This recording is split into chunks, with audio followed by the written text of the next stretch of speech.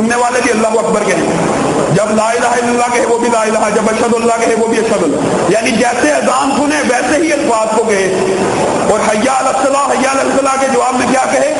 لا حول ولا قوت الا باللہ۔ ہوگا کیا؟ جس نے فقط آذان کا جواب دے دیا، صحیح حدیث میں آتا ہے واجب الجنہ، اس کے اوپر جنت کو واجب کر دیا، او دخل الجنہ، وہ جنت میں داخل ہو گیا۔ اور لوگوں اذان کا جواب دیا کرو۔ اور ایسا ہوتا ہے کئی مرتبہ اذان کے وقت نہیں آتا، اذان پوری نہیں سنتا، وہ کیا کرے؟ حدیث میں اللہ رب العزت کی رحمتیں بے شمار ہیں، جو اذان نہیں سن سکتا وہ کیا کرے؟ وہ کہے اللہم رب ہذہ الدعوۃ التامہ۔ جو یہ پڑھے گا، صحیح حدیث ہے، قیامت کے دن جس دن ہر نبی کیا کہہ رہا ہوگا؟ نفسی نفسی۔ ہر شخص کیا کہہ رہا ہوگا؟ نفسی نفسی۔ اولیاء، نبی، شہداء، صدیقین سب کیا کہہ رہے ہوں گے؟ ہائے آج میری جان، آج میری جان۔ اس دن جو شخص یہ دعا پڑھے گا، قیامت کے دن نبی کریم صلی اللہ علیہ وسلم اس کی شفاعت ہر صورت کریں گے۔ کیا یہ اجر و ثواب تھوڑا؟ اور کوئی لوگ اذان سے بھی لیٹ ہیں، وہ کیا کریں؟ اذان ختم ہوگی پھر بھی مسجد نہ پہنچے۔ اللہ رب العزت کی رحمتیں بہت ہی زیادہ ہیں۔ نبی کریم فرماتے ہیں وہ شخص کیا پڑھا کرے؟ اشہد ان لا الہ الا اللہ واشہد ان محمدا عبدہ ورسولہ، اور ساتھ کیا الفاظ کہے؟ رضیت باللہ ربا، کیا کہے؟ رضیت باللہ ربا وبالاسلام دینا وبمحمد نبیا، یہ تین الفاظ کہے، رضیت باللہ ربا وبالاسلام دینا وبمحمد نبیا۔ اشہد اللہ کا کلمہ پڑھ کے یہ تین الفاظ کہے، اس کا اجر و ثواب کیا ہے؟ حدیث میں آتا ہے وہ سمندر کی جھاگ کے برابر گناہ لے کے آئے، اللہ رب العزت اس کو معاف کر دے۔ یہ اجر و ثواب تھوڑے ہیں، چند اذکار کو آپ کے سامنے بیان کر کے بات کو ختم کروں گا۔ ایک ذکر جو اللہ رب العزت کے ہاں بہت زیادہ محبوب ہے، اس کو آپ نے روزانہ کرنا ہے۔ وہ ذکر کیا ہے؟ لا الہ الا اللہ وحدہ لا شریک لہ لہ الملک ولہ الحمد وہو علی کل شیء قدیر، وہو علی کل شیء قدیر۔ اے اللہ کے حبیب، یہ کیسا ذکر ہے؟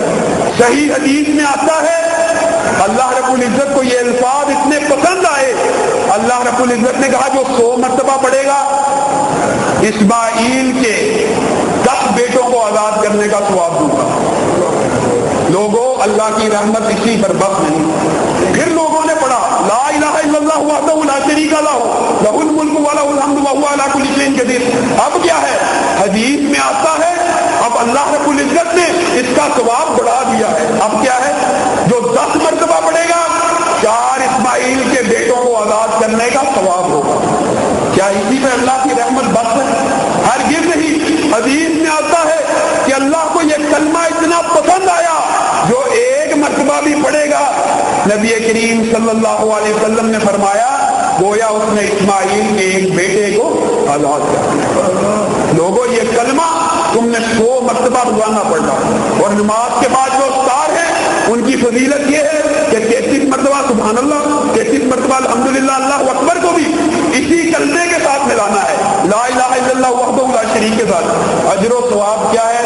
حدیث میں آتا ہے وہی الفاظ کہ سمندر کے جھاگ کے برابر بھی گناہ ہو۔ لوگوں، سمندر کی جھاگ کتنی ہوگی؟ دنیا میں 7 سمندر ہیں، ان کی کتنی ہی جھاگ ہوگی، ان کے انگنت قطرات ہوں گے۔ جو فرض نماز کے بعد 33 مرتبہ پڑھ کے اس کلمے کو ساتھ ملاتا ہے، اللہ رب العزت سمندر کی جھاگ سے بھی زیادہ گناہ ہو معاف کر دیتا ہے۔ اور تسبیح ایک ایسی چیز ہے کہ جو صرف سبحان اللہ وبحمدہ سبحان اللہ العظیم، آپ اس کے بارے میں حدیث سن چکے ہیں کہ یہ زبان پہ ہلکے ہیں، میدان میں بھاری ہیں، لیکن معین تعداد میں ان کا اجر و ثواب کیا ہے؟ جو 100 مرتبہ سبحان اللہ کہتا ہے، اللہ رب العزت اس کے سارے گناہوں کو معاف کر دیتا ہے۔ اور جو 1 مرتبہ الحمدللہ کہتا ہے، یعنی مجھے نعمت ملی، مجھے اللہ رب العزت نے بیٹا دیا، مجھے اللہ رب العزت نے گاڑی دی، بنگلہ دیا، کوئی بھی دنیا کی بڑی سے بڑی نعمت مل گئی، اس کو ملنے کے بعد انسان کیا کہے؟ الحمدللہ۔ اس کا اجر و ثواب کیا ہے؟ حدیث ہے صحیح، حدیث میں آتا ہے اس کا اجر و ثواب اتنا ہے کہ اس نعمت کے بدلے میں اللہ رب العزت اس سے بڑی نعمت اس کو عطا کرے. اور صحیح حدیث ہے، حدیث میں آتا ہے جو چیز تہجد، جو شخص جس کا دل تہجد کی نماز پڑھنے کو نہ کرے، ایسے بھی لوگ ہوتے ہیں تہجد کی نماز پڑھنے کو نہیں کر رہا، جہاد فی سبیل اللہ کرنے کو نہیں کر رہا، اللہ کی راہ میں مال خرچ کرنے کو نہیں کر رہا، وہ شخص کیا کرے؟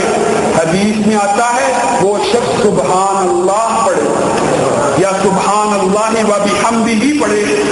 وجہ کیا ہے؟ نبی کریم سے پوچھا گیا سبحان اللہ و بحمدہ ان تین اعمال کے بدلے میں پڑھے، اجر و ثواب کیا ہے؟ حدیث میں آتا ہے اجر و ثواب یہ ہے کہ اللہ رب العزت کو سونے اور چاندی کے پہاڑوں سے زیادہ خرچ کرنے کے زیادہ احسانات اور انعامات اس شخص سے نازل کرتے ہیں جو سبحان اللہ و بحمدہ 100 مرتبہ پڑھتا ہے. اور جو شخص 100 مرتبہ تسبیح کو بیان کرتا ہے، اس کا اجر و ثواب بھی اسی صاحب کا کلمے کی طرح 100 اسماعیل کے بیٹوں کو آزاد کرنا ہے. اور حدیث میں آتا ہے تسبیح ایک ایسی چیز ہے جب بھی کوئی شخص 100 مرتبہ، صحیح حدیث، 100 مرتبہ سبحان اللہ کہے، 100 مرتبہ الحمدللہ کہے، 100 مرتبہ اللہ اکبر کہے، اجر و ثواب کیا ہے؟ 100 مرتبہ سبحان اللہ، یعنی ان تینوں کو ملا کے پڑھے، الگ الگ اجر و ثواب آپ سن چکے، جو تینوں کو ملا کے پڑھے اجر و ثواب کیا ہے؟ 100 مرتبہ سبحان اللہ پڑھنے کا اجر و ثواب یہ ہے اس نے اللہ رب العزت کی بارگاہ میں 100 اونٹوں کو حرج کر دیا. 100 مرتبہ الحمدللہ پڑھنے کا اجر و ثواب یہ ہے اس نے اللہ رب العزت کی بارگاہ میں یعنی جہاد میں 100 گھوڑوں کو دے دیا. اور 100 مرتبہ اللہ اکبر پڑھنے کا اجر و ثواب یہ ہے گویا وہ مکہ المکرمہ میں موجود ہے اور اللہ رب العزت کی بارگاہ میں ایک کے بعد ایک اونٹ کو قربان کر رہا ہے. 100 مرتبہ اللہ اکبر کہے گا، اتنا اجر و ثواب ملے گا جیسے 100 اونٹوں کو ذبح کرنے کا. لوگوں ان حدیثوں کو سامنے رکھتے ہوئے ایک نہایت اہم وظیفہ جو میرے ذہن میں آیا اور میرا دل ہے میں آپ سے شیئر کروں وہ یہ ہے کہ تسبیح، تحلیل، اللہ اکبر کی ان تمام کی تمام آپ نے ان کے درجات سنے، اس کا بہترین طریقہ کیا ہے؟ ایک طریقہ ہے میرے ذہن میں، وہ یہ ہے کہ ان سب کو اکٹھا ملا کے پڑھا جائے. سبحان اللہ والحمد للہ ولا الہ الا اللہ واللہ اکبر ولا حول ولا قوت الا باللہ. یہ سارے 4 کے 4 وظیفے اس ایک میں آ جاتے ہیں، 5 کے 5. سبحان اللہ والحمد للہ ولا الہ الا اللہ واللہ اکبر ولا حول ولا قوت الا باللہ. اور لا حول ولا قوت الا باللہ کے بارے میں آپ کو علم ہوگا یہ جنت کا ایک دروازہ ہے اور جنت کا ایک خزانہ ہے اور جنت کا ایک پودا ہے. اور حدیث میں آتا ہے کہ یہ بھی وہ کلمہ ہے کہ اگر کوئی شخص موت کی حالت میں پڑھ لے تو اللہ رب العزت کل قیامت کے دن اس کو جہنم کی آگ سے آزاد کر دیں گے. یہ آپ نے اپنی زندگی میں روٹین بنانی ہے. لا الہ الا اللہ وحدہ لا شریک لہ کو 100 مرتبہ پڑھنا ہے. سبحان اللہ والحمدللہ روزانہ کا مقبول ہونا چاہیے. اور تینوں کل کو 3 مرتبہ اور قل یا ایھا الکافرون کو 4 مرتبہ پڑھیں گے. سورہ ملک اور سورہ بقرہ کی آخری آیتوں کے ساتھ یہ 100 سے زیادہ آیتیں بن جائیں گی. اور جمعرات کے دن آپ نے 1000 آیات کو قیام میں پڑھنا. اور میں اپنی بات کو آخری ذکر کے اوپر لا کر ختم کروں. وہ ذکر کیا ہے؟ وہ ذکر یہ ہے ان اللہ و ملائکتہ یصلون علی النبی. لوگوں آپ کے سامنے صحیح حدیثیں رکھ رہا ہوں. حدیث میں آتا ہے جو نبی کریم صلی اللہ علیہ وسلم پر 1 مرتبہ درود بھیجتا ہے اللہ رب العزت اس کے اوپر 10 مرتبہ درود بھیجتے ہیں. سبحان اللہ. جو اللہ رب العزت کے نبی کے اوپر درود کو بھیجتا رہتا ہے فرشتے اس وقت تک اس کے اوپر رحمتوں کو بھیجتے رہتے ہیں. اور صحیح حدیث ہے طبرانی کی، اس کی روایات ساری عمدہ ہیں. نبی کریم صلی اللہ علیہ وسلم نے فرمایا جو شخص صبح کے وقت 10 مرتبہ درود پڑھے اور رات کے وقت یعنی شام کے وقت 10 مرتبہ درود پڑھے، اے اللہ کے حبیب ہوگا کیا؟ طبرانی کی روایت ہے، ساری اسناد عمدہ ہیں. ہوگا کیا؟ کل قیامت کے دن نبی کریم صلی اللہ علیہ وسلم ایسے شخص کی ہر صورت شفاعت کریں گے. 10 مرتبہ اللہم صلی علی محمد اور اللہم بارک کو ملا کر 1 مرتبہ بنتا ہے. بعض کے نزدیک یہ 2 مرتبہ ہے، لیکن صحیح بات یہ ہے اللہم صلی علی محمد اور اللہم بارک کو ملا کر پڑھا جائے تو 1 مرتبہ ہے. صبح 10 مرتبہ پڑھو، شام 10 مرتبہ پڑھو، نبی کریم صلی اللہ علیہ وسلم اس کی شفاعت ہر صورت کرے گی. اور حدیث میں اس صحابی کا آپ کے سامنے واقعہ موجود ہے جس صحابی نے کہا میں 1 تہائی پڑھتا ہوں، نبی کریم نے کہا بڑھا لے. کہا میں نصف پڑھتا ہوں، نبی کریم نے کہا بڑھا لے.